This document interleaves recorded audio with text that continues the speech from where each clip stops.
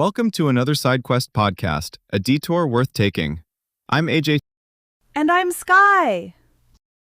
And today we're getting into something I have genuinely been waiting to talk about since we started this show. Same. Like I've been sitting on this one. Sitting on it like a dragon on a pile of gold. So let me ask you something.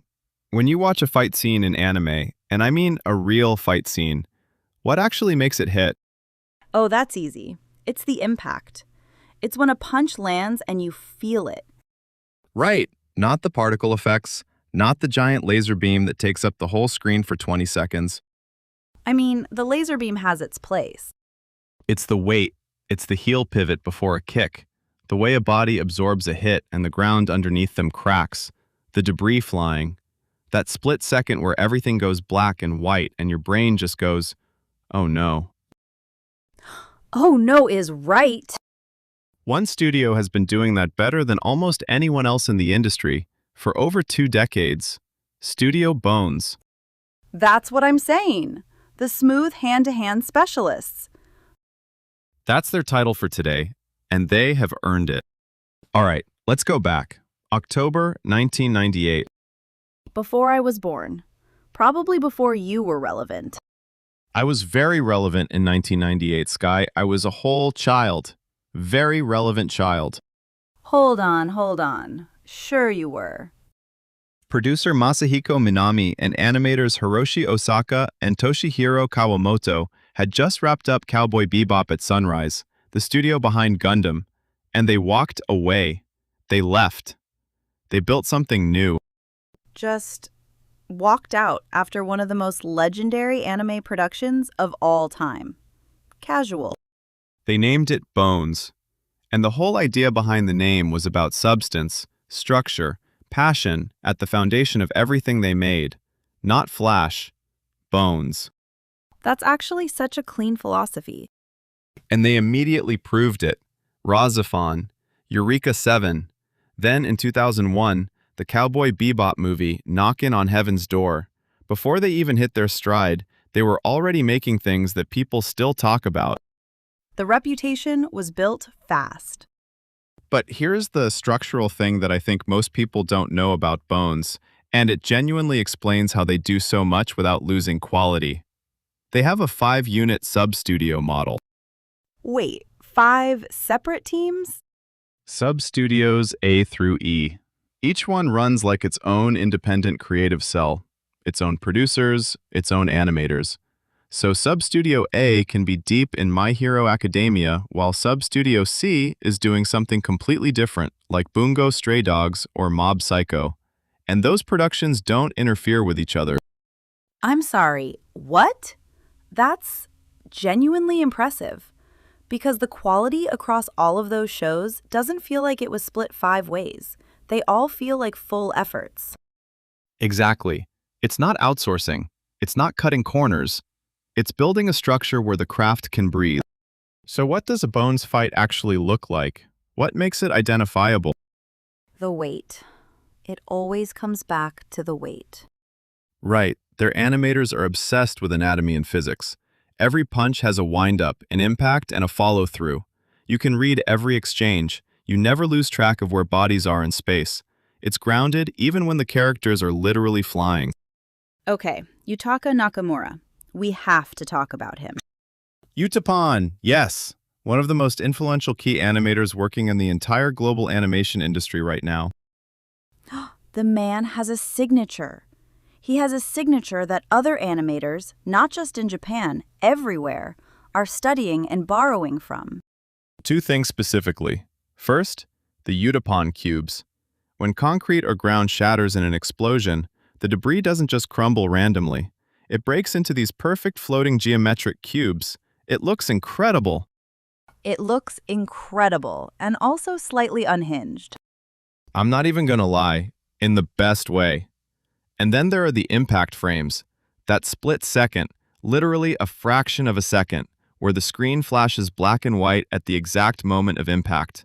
Your brain registers it as a physical sensation before you even process what you saw. It's almost like a sound design trick, but it's visual. Your eyes hear it. Your eyes hear it. That's the sentence. Write that down. I'm writing it down for myself, actually. And then there's Mob Psycho 100, which is honestly the proof of concept for how much Bones trusts their directors. Yuzuru Tachikawa was given real creative freedom on that show. Paint on glass animation, rough pencil sketches that stay rough on purpose, distorted proportions that stretch and break the body to express psychic energy. It looks like nothing else on television. Nope. Nope. Because it is nothing else on television. And none of that would happen without a studio that deliberately says, here's the canvas, go wild. The catalog, though. Let's just run through it because it's stacked. Fullmetal Alchemist Brotherhood, one of the greatest, most complete shonen adaptations in anime history. The alchemy combat alone is a masterclass in creativity within physical rules. Soul Eater. The gothic aesthetic, the expressive poses, the weapon choreography. It's Halloween in anime form, and I will not be accepting criticism. Bro, same though. Soul Eater does not get enough credit in 2026 conversations, and that is a fact. It really doesn't. My Hero Academia, the modern superhero benchmark. Kenji Nagasaki built the visual language of that show from the ground up into something cinematic. The battle set pieces in the later arcs are genuinely landmark animation moments. And Mob Psycho 100. 3 seasons, complete. A full beginning, middle, and end. When does that happen? Almost never. And it sticks the landing. It actually sticks the landing. That's what I'm saying. That show means a lot to me, actually. Same. Okay, what's on the horizon? Because the pipeline right now is genuinely exciting. My Hero Academia, the final season, is wrapping up the Deku and Shigaraki storyline on the biggest possible scale. And knowing what Bones brings to climactic moments, the way they earn their finales, I'm nervous in the best way. The final season, carrying the weight of everything, is a lot to put on any studio. Bones might be the only ones I trust with it right now.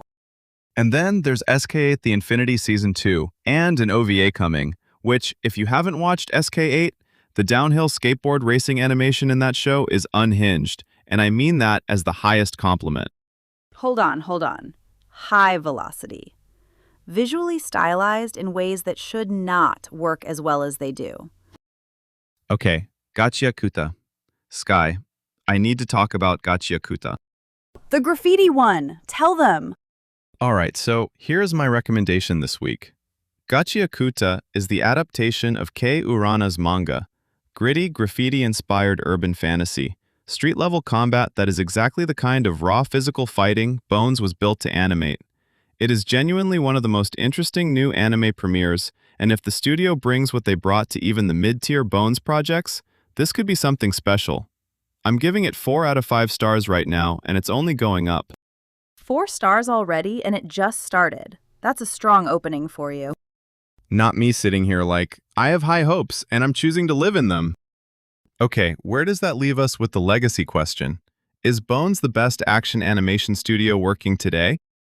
I mean, they're one of the last major studios in Japan still going frame by frame on this scale. That's not nostalgia, that's a choice. Every year, the industry leans harder into 3D shortcuts, heavy digital filters. And Bones is still in the lab drawing the weight transfer of a punch by hand. That's commitment. That's Bones. I said what I said. The next time you see floating debris shatter into geometric cubes before a jaw-dropping knockout punch, remember, you're watching Studio Bones at work. Subscribe if you haven't. We drop new episodes every other Wednesday. And we'll see you this Wednesday for the crossover. Later. Later.